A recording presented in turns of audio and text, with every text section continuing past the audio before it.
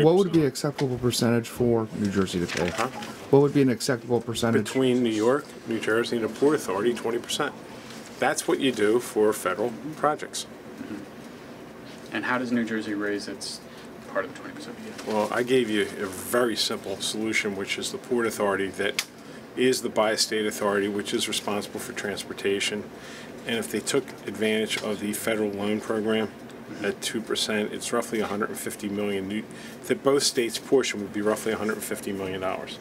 So that's, each part would pay, Port Authority 150? No, Port Authority, the total is 150. Okay, but so it's 150 from New Jersey, 150 from New York. No. How much from Port Authority? The Port Authority 150 would cover for both states. Would cover both states. I see. Okay. Which they're going to have to factor into their capital plan, which still doesn't have the bus terminal in it too. Listen, That's and you. Yeah, but listen, you're an advocate of the bus terminal as well. Very much so. But when you look at issues that we're facing here, you have to put them not as a matter of a wish list, but a matter of priority. The number one priority is a tunnel. The bus, it's 1 and 2, 1A, 1B. They both need to be done. That's where all this traffic comes from. You know, then you can look at other projects. You know, some people talk about the tram from Manhattan into the airport. That's a want, not a need. You know what I mean?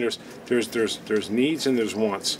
And there's great needs over on this side of the river as there are on the other side of the river, but this is critical for the entire Northeast. That's the purpose of coming here today.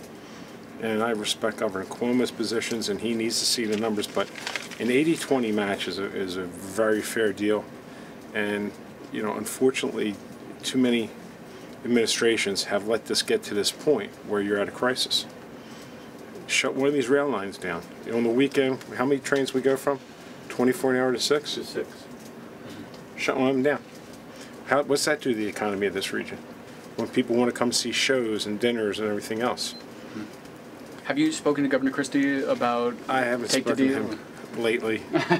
He's someplace, but we are going to talk to him.